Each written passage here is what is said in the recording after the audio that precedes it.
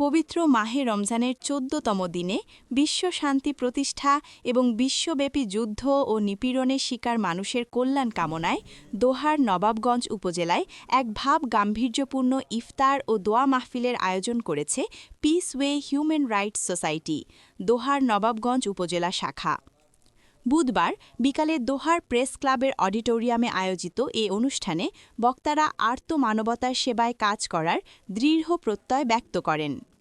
অনুষ্ঠানের মূল লক্ষ্য ছিল বিশ্বজুড়ে ছড়িয়ে থাকা যুদ্ধ পরিস্থিতির কারণে ক্ষতিগ্রস্ত এবং বিভিন্ন প্রান্তে অবহেলিত ও নির্যাতিত মানুষের জন্য স্রষ্টার কাছে বিশেষ প্রার্থনা করা। উপস্থিত সকলে যুদ্ধবিধ্বস্ত বিশ্বের শান্তি ও মানবিকতা পুনরুদ্ধারের জন্য একাত্মতা প্রকাশ করেন।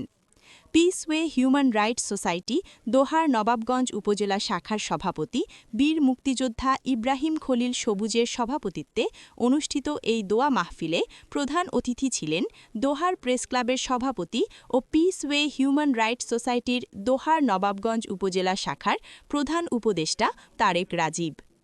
পিসওয়ে human rights society Dohar Nawabganj উপজেলা শাখার সহসভাপতি মোহাম্মদ আলমগীর হোসেন ও সাধারণ সম্পাদক মোহাম্মদ মিলন হোসেনের সঞ্চালনায় অনুষ্ঠানে আরও উপস্থিত ছিলেন বীর মুক্তিযোদ্ধা মোহাম্মদ গিয়াসউদ্দিন ঘিনু, বীর মুক্তিযোদ্ধা তারিক আলম, পিসওয়ে হিউম্যান রাইটস সোসাইটি দোহার উপজেলা শাখার উপদেষ্টা মাহবুবুর রহমান টিপু ও কাজী জোবায়ের আহমেদ, সিনিয়র সহসভাপতি মাহমুদুল হাসান সুমন, সহসভাপতি হাবিবুর রহমান হেলাল ও মোহাম্মদ জাকির হোসেন, সাংগঠনিক সম্পাদক মোহাম্মদ সবুজ ব্যাপারী, প্রচার ও প্রকাশনা সম্পাদক মোহাম্মদ শাহাদাত হোসেন, কোষাধ্যক্ষ আমিনুর রহমান, মহিলা বিষয়ক সম্পাদক সুইটি আক্তার, যুব ও ক্রীড়া সম্পাদক মোহাম্মদ সিজু মিয়া, সমাজ কল্যাণ সম্পাদক সুলতানুজ্জামান এবং কার্যকরী সদস্য মোহাম্মদ শাহিন ও মোহাম্মদ ইসাক মোল্লা।